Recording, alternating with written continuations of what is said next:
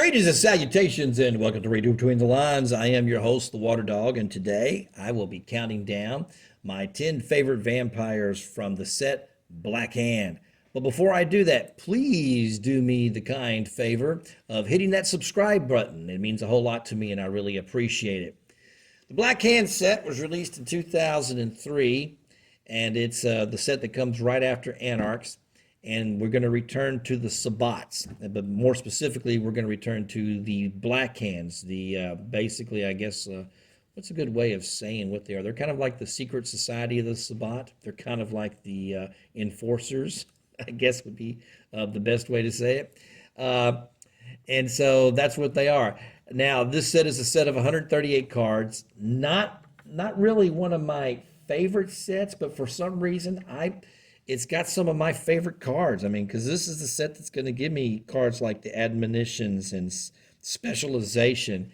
And of any clan, I would say that it really beefs up for me the most is Toreador and Tichabrew, because there's some really good Toreador and Tichabrew vampires in this set.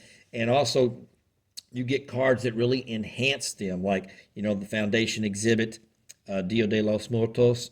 So those were cards that I thought that really enhanced the Toreador and Tichabrew set. And so there you go. But let's get with it. Top 10 vampires. Here we go. At the number 10 spot is Banjako. He's a Black Hand Seraph. Now, this is a 5-cap Seraph with Superior Dominate. Really good vampire.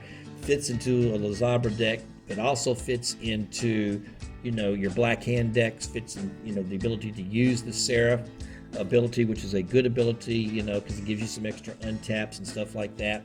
Also allows you to play watchtowers and stuff. So really good vampire at the capacity level, especially with that special of being a Seraph and having having that Black Hand ability. At the number 9 spot, our first Toreador and Tichabrew, Rosa Martinez, 9-cap, 4 superior disciplines. Sabbat Bishop. During your unlock phase of another ready vampire you control is a regent. Rosa gets 1 blood and she's +1 bleed. Just a good vampire. I really wish this vampire would have been at the 8 capacity, but at the 9 capacity, a little bit more than I would like to pay, but she's so good with those disciplines there.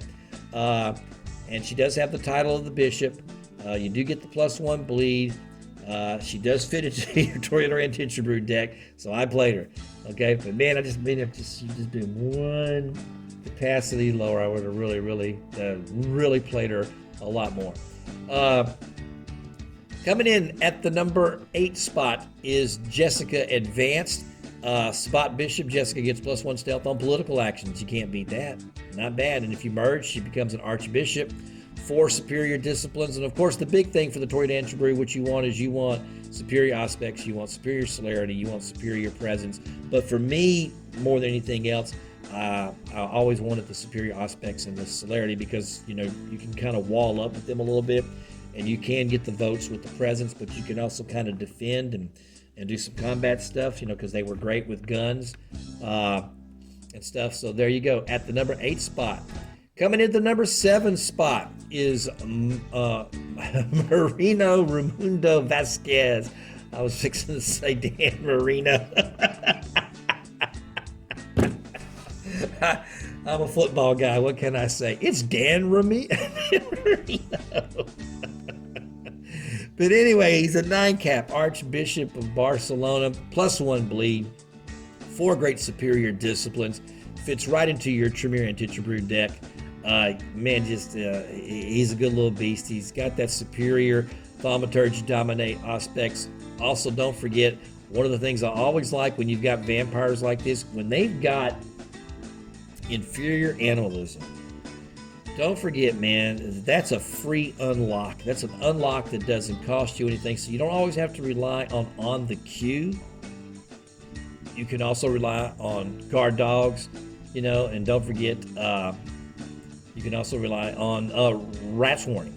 I prefer guard dogs, but it just gives you, to me, that extra free unlock that, let's say it gets bounced around the table, and just, sometimes I just look for that. I just look for vampires that have that just so I can play that card and just have about, anywhere from 2 to 4 of those, guard dogs into my deck, just to simply have the extra unlock. So to me, that discipline at the inferior on these big vampires that have all these other things, because now you can unlock and deflect, very easily, and then stay unlocked, because you've got superior dominate, because you don't have to always rely on the queue, especially when the table starts getting bounced around a lot. So just sticking a couple of those in there is always good. It's just a water dog thing. I don't know, maybe I'm the only guy that does that, but I do like doing that. So here we go.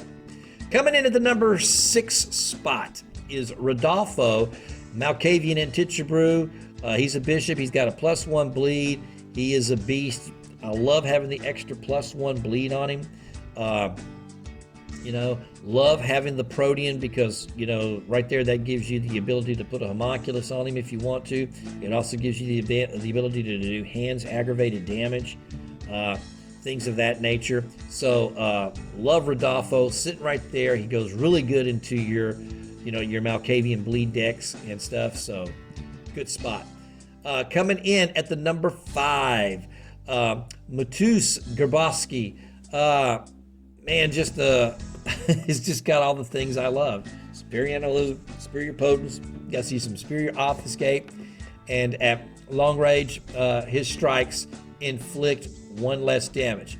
But here's the kicker: +2 strength. And there's only a few vampires in the game that gives you that +2 strength. Matus is one of them. Of course, there's Kershid, Camarilla, Lasvernius, who we've already talked about, Matasuntha, the Dracon, Ikendu, and Hardestat. So there's not a whole lot of vampires. What is that? That's like 8 vampires? 8 vampires that gives you the +2 strength? And Matus is one of them? Man, that's pretty good. So when you get into close combat, man, boom, he's pretty much got, a built-in torn signpost. And so that's what makes him really good for that. So can't complain about that. So me, Water Dog, he'll be at the number 5 spot. Coming in the number 4 spot, I have a Quietus deck. I like sticking Yazid Tamari in there. And that's mainly because he's got those 2 text things that are invaluable for me when you're playing, these Sabbat Blackhand decks, which is he's Blackhand and he's a Seraph, okay? He's also got a +1 bleed, okay? And so he's got the superior Quietus, he's got, superior celerity, he's got the little obfuscate, little dominate, and little animalism. Man, I wish he was at the 7 cap, but I'll take him at the 8. Once again, we're going to, we still got those water dog tricks where you can still use the guard dogs. You can still use the deflection with this guy. But then you've also got the Quietus, and then you've got all the tricks that you can use with the Seraph. Fits really, really, really good into your Asimite, or as we would say today, the Banu Hakim decks. And so he's at the number 4 spot for me. At the number 3, we're going back to a Giovanni, which we really haven't talked about in a while. But Ignazio Giovanni comes in at the number 3 spot. 4 great superior disciplines: Potence, Necromancy, Fortitude, Dominate, little Obfuscate. But for me, here we go. He can enter combat with a vampire of capacity less than 7, controlled by your predator or prey as a D action, and he's got a built-in +1 strength. Who would not like that? You can then take that action. You can then go beat something up. You can then unlock because you've got Fortitude, and so therefore you've got Freak Drive. You can then govern down. You can then unlock, and then you can then Scouting Mission bleed. Wow, it's just a lot of stuff you can do with this guy. Having Fortitude,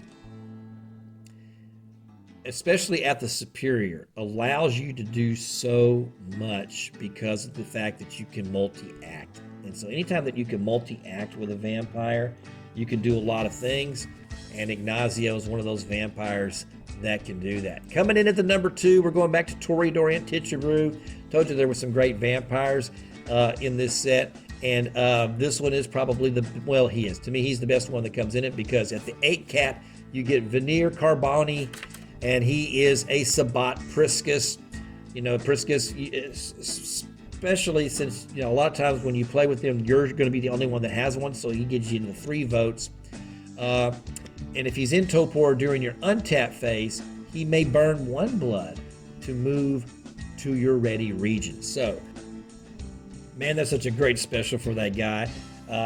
Because if you put a blood doll or a vessel on him, you can pretty much, secure the fact that if he does get beat up and gets put in a torpor, you got him out every turn to do some things.